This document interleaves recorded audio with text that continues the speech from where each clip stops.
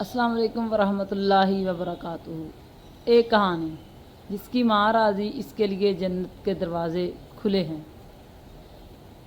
یہ صحابہ کرام رضی اللہ تعالی عنہم کے زمانے کا واقعہ ہے۔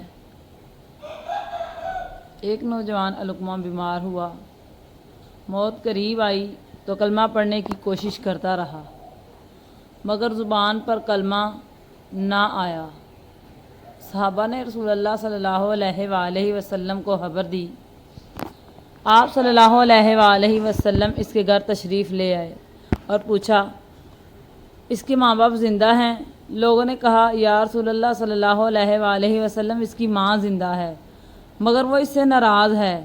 نبی پاک صلی اللہ علیہ وآلہ وسلم نے فرمایا، ماں کو بلا کر لاؤ۔ جب ماں آئی تو آپ صلی اللہ علیہ وآلہ وسلم نے پوچھا، کیا تم اپنے بیٹے سے راضی ہو؟ ماں نے کہا، یا رسول اللہ صلی اللہ علیہ وآلہ وسلم، میں اس سے ناراض ہوں، اس نے میری نافرمانی کی، مجھے تکلیف پہنچائی۔ آپ صلی اللہ علیہ وآلہ وسلم نے فرمایا، اگر تم معاف نہ کرو گی تو آگ اس کے لیے بھڑک اٹھے گی۔ یہ سن کر ماں کا دل پگھل گیا، وہ رو کر بولی، یا رسول اللہ صلی اللہ علیہ وآلہ وسلم، میں اللہ کو گواہ بنا کر کہتی ہوں، میں نے علقمہ کو معاف کیا۔ ابھی ماں نے یہ کہا ہی تھا کہ علقمہ کے کمرے سے آواز آئی، لا الہ الا اللہ محمد الرسول اللہ۔ علقمہ نے کلمہ پڑھا اور اسی وقت اس کی روح پرواز کر گئی۔ رسول اللہ صلی اللہ علیہ وآلہ وسلم نے فرمایا،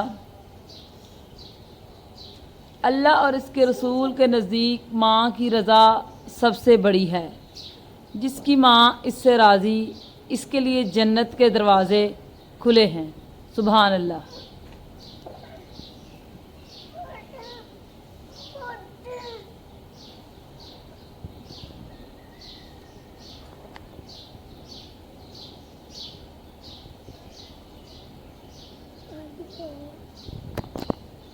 ماں کی ناراضگی اتنی خطرناک ہے کہ انسان موت کے وقت بھی کلمہ نہ پڑھ سکے، اور ماں کی دعا ایک معافی جنت کا دروازہ کھول دیتی ہے۔ دنیا کا ہر رشتہ ٹوٹ سکتا ہے مگر ماں کا رشتہ اللہ نے اپنے نام رحمان سے جوڑا ہے۔ اسے توڑو گے تو اللہ کی رحمت سے دور ہو جاؤ گے۔